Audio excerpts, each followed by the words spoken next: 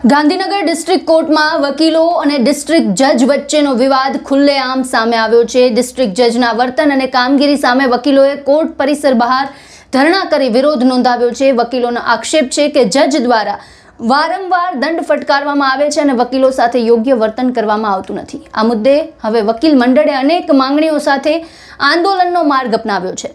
વકીલોનો આક્ષેપ છે કે ડિસ્ટ્રિક્ટ જજ દ્વારા વારંવાર દંડ કરવામાં આવે છે, વકીલો સાથે સન્માનજનક વર્તન નથી કરાતું, જેના કારણે લાંબા સમયથી અસંતોષ વ્યાપી રહ્યો છે। વકીલોનું કહેવું છે ડિસ્ટ્રિક્ટ જજ ગુજરાત બહારના હોવાથી કોર્ટની કાર્યવાહી દરમિયાન હિન્દીમાં દલીલ રજૂ કરવાની સ્થિતિ સર્જાય છે, જેના કારણે સ્થાનિક વકીલોને અનેક પ્રકારની મુશ્કેલીનો સામનો કરવો પડે છે। આ મુદ્દે વકીલોમાં નારાજગી પણ જોવા મળી છે। આ સમગ્ર મામલે વિરોધ કરી રહેલા વકીલનું શું કહેવું છે? હું રાજેન્દ્રસિંહ ચાવડા ગાંધીનગર બાર એસોસિએશનના ઉપપ્રમુખ તરીકે જવાબદારી નિભાવું છું। અમે છેલ્લા 4-5 મહિનાથી માનનીય ડિસ્ટ્રિક્ટ જજ સાહેબને અમારા પ્રશ્નો બાબતે ઘણીવાર રજૂઆત કરી। તે રજૂઆતમાં મુખ્યત્વે ટેબલોની વ્યવસ્થા, આવી 45 ડિગ્રી ગરમીમાં પણ તેઓએ વકીલો માટે શેડની વ્યવસ્થા નથી, વકીલો ખુલ્લામાં ટેબલ લઈને ગરમીમાં બેસે છે। તો આ માટે અમને ઘણીવાર રજૂઆત કરી કે ભાઈ અમને શેડ અમારા ખર્ચે બનાવવા દો, તેમ છતાં પણ અમને કોઈ પોઝિટિવ રિસ્પોન્સ આપ્યો નથી। વકીલોને બેસવાની વ્યવસ્થા નથી અને ગાડીઓ માટે શેડની વ્યવસ્થા કરેલી છે।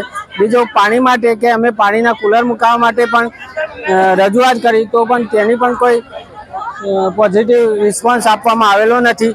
જેથી આ તમામ મુદ્દે ટેબલોની વ્યવસ્થા, સાહેબના વર્તન બાબતે, આ બાબતે ઘણી બધી રજૂઆતો અમે ડિસ્ટ્રિક્ટ જજ સાહેબને કરેલી, તેમ છતાં તેનો કોઈ પોઝિટિવ રિસ્પોન્સ આવેલો નહીં। જેથી અમે ગાંધીનગર બાર એસોસિએશન દ્વારા જનરલ મિટિંગ બોલાવવામાં આવેલી અને જનરલ મિટિંગમાં નક્કી થયા મુજબ સૌએ સાથે મળી અને અસહકારની લડત ચાલુ કરવી એવું નક્કી કરેલું। જેથી અમે સૌ સાથે વકીલ મિત્રો મળી અને અસહકારની લડત ચાલુ કરેલી છે। તેમાં અમને ગુજરાત રાજ્યના ઘણા બધા વિવિધ બાર એસોસિએશનોમાંથી અમને સમર્થન મળી રહ્યું છે, લેખિત પણ સમર્થન આવે છે અને ફોન પણ આવી રહ્યા છે। વિરોધ કરી રહેલા વકીલોએ ડિસ્ટ્રિક્ટ જજની તાત્કાલિક બદલી કરવાની માંગ કરી છે।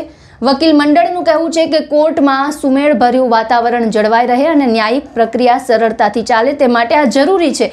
જો માંગણીઓ પર યોગ્ય નિર્ણય નહીં લેવાય તો આગામી દિવસમાં વધુ ઉગ્ર કાર્યક્રમ આપવામાં આવી શકે તેવી પણ ચીમકી ઉચ્ચારાઈ છે। આ ઉપરાંત ગાંધીનગરમાં નવી કોર્ટ બિલ્ડિંગમાં વકીલો માટે પૂરતી સુવિધા ઉપલબ્ધ કરાવવાની માંગ કરાઈ છે। વકીલોનું કહેવું છે કે હાલની વ્યવસ્થા પૂરતી નથી। નવી કોર્ટમાં અંદાજે 1500 થી 2000 વકીલોને સમાવી શકાય તેવી વ્યવસ્થા ઊભી કરવી જોઈએ, જેથી વકીલોને કામકાજ દરમિયાન કોઈ મુશ્કેલી ના પડે। ગાંધીનગર ડિસ્ટ્રિક્ટ કોર્ટમાં ડિસ્ટ્રિક્ટ જજના વર્તન અને કોર્ટની સુવિધાઓને લઈને વકીલોમાં ભારે અસંતોષ છે। તમામ માંગણીઓ કરાઈ રહી છે, ત્યારે હવે ન્યાયિક વિભાગ છે તે શું નિર્ણય લે છે તેના પર સૌ કોઈની નજર છે। આપના શું વિચાર છે સમગ્ર મુદ્દે અમને કોમેન્ટ બોક્સમાં જણાવો અને અમારી ચેનલને લાઇક, શેર અને સબસ્ક્રાઇબ કરવાનું ભૂલશો નહીં।